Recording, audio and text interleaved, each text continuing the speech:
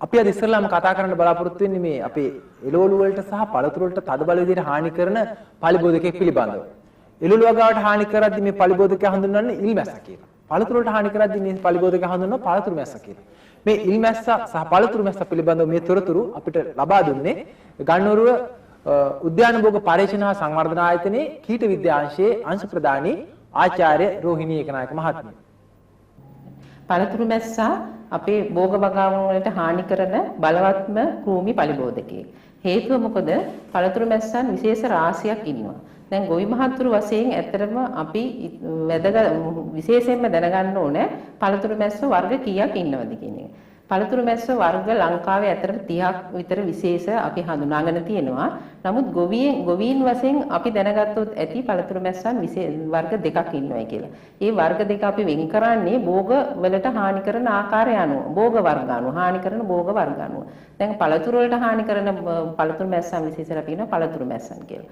ඒ වගේම අපි දන්නවා එළවලු භෝග වලට හානි කරනවා කරවිල, වැටකොළු, පතෝල, පිපිඤ්ඤා, අට්ටක්කා වගේ එළවලු වලට හානි කරන පළතුරු මැස්සන් වර්ගයට අපි කියනවා ඉල් මැස්සන් කියලා. නමුත් මේ දෙන්නාගේම මේ හානි කරන ආකාරය එක සමානයි. දැන් අපි උදාහරණයක් වශයෙන් ගත්තොත් එහෙම පළතුරු මැස්සන් අනිත් භූමි සතුන් වගේම කීට බිත්තර අවස්ථාවක් තියෙනවා, කීට අවස්ථාවල් තියෙනවා, කෝස අවස්ථාවක් තියෙනවා, ඒ වගේම සුහුඹුල් අවස්ථාවක් තියෙනවා. මේ සුහුඹුල් ගැහණු සතා බිත්තර දාන්නේ මේ එළවලු හරි පළතුරු වල හරි පෘෂ්ඨයේ මත. බිත්තර දාපුවම මේ බිත්තරෙන් එන කීටයා තමයි ඇත්තටම හානි සිදු කරන්නේ මේ පළතුරු වල හෝ ඒ වගේම කරවිල ඇතුලේ. පිපිඤ්ඤ වාගේ ඵලය ඇතුලේ හානි කරන්නේ මේ කීට අවස්ථාව. දැන් අපි හානියේ ලක්ෂණ දැනගත්තොත් එහෙම අපි දන්නවා ගොවි මහත්තුරුන් අපිට හැම වෙලේම ඇවිල්ලා කියනවා කහ පාට වෙලා තියෙනවා, කරවිල ලාභ කාලෙම කහ පාට වෙලා තියෙනවා, වැටකුළු කහ පාට වෙලා තියෙනවා. ඒක ටිකක් කපලා බලපුවාම පණුව වගේ ඉන්නවා. ඒක තමයි ඇත්තටම ලක්ෂණය. අඹ ගෙඩියකුත් ගත්තාම අපිට ඉදිච්ච ගෙඩියක් අපි ගෙනල්ලා බොහෝ විට ඉදුණ ගෙඩි කපලා බලපුවාම ඇතුලේ පණුව දක්න ලැබෙනවා. ඒතර මෙන්න මේක තමයි හානිය. ඒතර අපි මේ හානිය සිදු කරන්නේ මේ පළතුරු මැස්සන්ගේ කීට අවස්ථාව. ඒතකොට පළතුරු මැස්සෝ අපි හඳුනා ගන්න මම ඉස්සෙල්ලා කිව්වා පළතුරු මැස්සෝයි ඉල් මැස්සෝයි කියලා ಜಾති දෙකක් ඉන්නවා. පළතුරු මැස්සා ඇත්තටම ඉල් මැස්සට වැඩි ප්‍රමාණයෙන් කුඩයි. මේ දෙගොල්ලන්ගෙන්ම තටු තියෙනවා, තටු විනිවිද පේනෙන ආකාරයේ තටු තියෙන්නේ. ඉල් මැස්සාගේ තට්ටේ අග කොටසේ කළු පාට සලකුණක් දක්න ලැබෙනවා. ඒකට අපිට පළතුරු මැස්සගෙන් ඉල් මැස්සා හඳුනා ගන්න පුළුවන් පහසුවෙන්ම. එතකොට දැන් මේ හානිය සිදු කරන ආකාරයේ ඇත්තටම ඊටාම වැදගත්. ඒ නිසා බොහොම අමාරුයි අපිට මර්ධනය කරගන්න.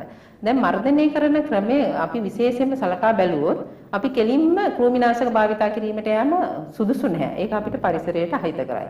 ඇත්තටම අපි දැනට මේ මුල ඉඳලම අපි අපේ භෝගය ආරක්ෂා කරගන්න ඕනේ. ප්‍රධාන මර්ධනය ක්‍රමය ඒකයි. ඒකට අපි කියනවා ඵල ආවරණය කරන්න කියලා. දැන් ඇත්තටම ඵල ආවරණය කරන්න ගියාම ගොවි මහතුරුන් කැමැත්තක් දක්වන්නේ නැහැ. මොකද හැම ඵලයක්ම පොලිතීන් හෝ වෙනත් කඩදාසි මල්ලකින් මේක ආවරණය කරන්න කියලා අපි කියන්නේ. අග කොටස මේ මල්ලේ අග මේ විවර කරපු එකකින්. නමුත් මේකට කැමැති වෙන්නේ නැහැ. නමුත් කෘමිනාශක යොදනවට වැඩිය අපිට විස රහිත පළතුරු හෝ එහෙම නැත්නම් එළවලු භෝගයක් මේ ක්‍රමයෙන් ලබා ගන්න පුළුවන්. අපි ඒක තමයි ප්‍රධාන වශයෙන්ම කියන්නේ එළවලු හෝ පළතුරු පොඩි කාලේ ඉඳලම ආවරණය කරලා තියෙනවා නම් අපිට පළතුරු මැස්සාගේ හානියෙන් 100%ක්ම වළක්වා ගන්න පුළුවන්. එහෙම නැත්නම් අනිත් එක තමයි දැන් කෙහෙල් වාගේ ප්‍රශ්නයක් අපිට ඇති වුණා. ඉදුණ කෙහෙල් ගෙඩි වලට පළතුරු මැස්සාගේ හානිය විශාල වශයෙන් මේ අවුරුද්දේ මුලදී අපිට දක්නට ලැබුණා. ඒකට අපි කියන්නේ දැන් යම් කිසි විදිහකට දෙවෙනි ආරක්ෂාවේ වෙන ක්‍රමය තමයි සුදුසු කාලයේදී අස්වැන්න නෙලා ගන්න ඕනේ. දැන් කෙහෙල් වාගේ හරි අඹ නම් සුදුසු කාලේ නෙලාගෙන ඒ කෙහෙල් වාගේ දේවල් ඉදෙන අවස්ථාවේදී ආවරණය කරලා තියන්න ඕනේ. ඒ අඹ නම් අපිට ඇත්තටම හොඳ මේ මර්ධන ක්‍රමයක් තියෙනවා. අඹ ගෙඩි කඩලා සුදුසු අවස්ථාවේදී කඩලා ඉවරලා මේක නිකන් අත දාන්න පුළුවන් උෂ්ණත්වය අත දාන්න නොදාන්න පුළුවන් වගේ උෂ්ණත්වයක තියෙන ජලයේ උණු වතුරේ ඔබලා ඉවරලා විනාඩි 10ක් විතර ඊට පස්සේ ගෙඩිය හොඳට පිහලා තිබ්බහම ඒ ගැහණු සතුන් විතර විසින් දාලා තියෙන බිත්තර මැරෙනවා. මේ උෂ්ණත්වය නිසා මැරෙනවා. ඒක තමයි හොඳම ක්‍රමය අඹ වල පළතුරු මැස්සාගේ හානිය වළක්වා ගැනීමට. එතකොට තවත් ක්‍රමයක් භාවිතා කරනවා උගුල් යෙදීම. ඒ උගුල් වලට භාවිතා කරන්නේ ගැහණු සතා නිකුත් කරන පෙරමෝන වලට සමාන සුවඳක් සහ ඒ තියෙන රසායනික ද්‍රව්‍යයක්. නමුත් මේකෙන් ඇත්තටම ගැහැණු සතුන් ආක්‍රමණය මේ ආකර්ෂණය වෙන්නේ නැහැ උගුල් වලට. අහු වෙන්නේ නැහැ. අහු වෙන්නේ පිරිමි සතුන් පමණයි. මේක ඇත්තටම 100%ක් අපේ ආරක්ෂා කරන්නේ නැත්නම් මර්ධනය කරන ක්‍රමයක් නෙමෙයි. තරමක් දුරට පළතුරු මැස්සන්ගේ ගහණය අඩු කරගන්න පුළුවන්, ගහණය හෝ සංඛ්‍යාව අඩු කරගන්න පුළුවන්. නමුත් 100%ක්ම මේ ක්‍රමය සාර්ථක නැහැ. මොකද ගැහැණු සතුන් විසින් බිත්තර දමන නිසා. අනිත් එක 100%ක්ම පිරිමි සතුන් මේ උගුලට අසු වෙන්නේ නැහැ.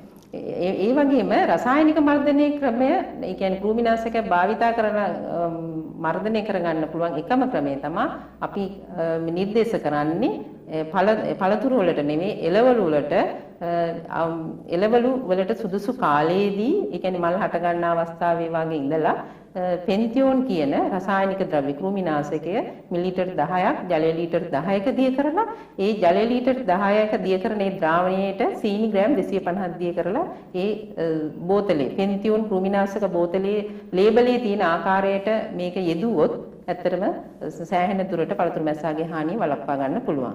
ඒ අතරතුර මම කියන්න කැමති තවදුරටත් අපි පර්යේෂණ කරගෙන යනවා මේ සම්බන්ධව ගැහැණු සතුන් සහ පිරිමි සතුන් දෙවර්ගයේම ආකර්ෂණය වෙන මේ බෙහෙත් වර්ග සොයා ගැනීමට, ඒ සොයා ගැනීමෙන් මම හිතන්නේ ඉදිරි කාලයේදී අපිට සෑහෙන දුරට පළතුරු මැස්සාගේ හානිය දෙගොල්ලන්ගෙම ඉල් මැස්සා සහ පළතුරු මැස්සාගේ හානිය වළක්වා ගන්න පුළුවන් ඒ ක්‍රම අනුගමනය කරොත්. දැන් ඔබ දන්නවා මේ පළතුරු මැස්සයි ඉල් මැස්සයි වෙන් කරලා හඳුනගන්නේ කොහොමද කියලා. ඒ වගේම පාලනය කරන්නත් දන්නවා. හොඳයි ඊළඟට අපි කතා කරන්න බලාපොරොත්තු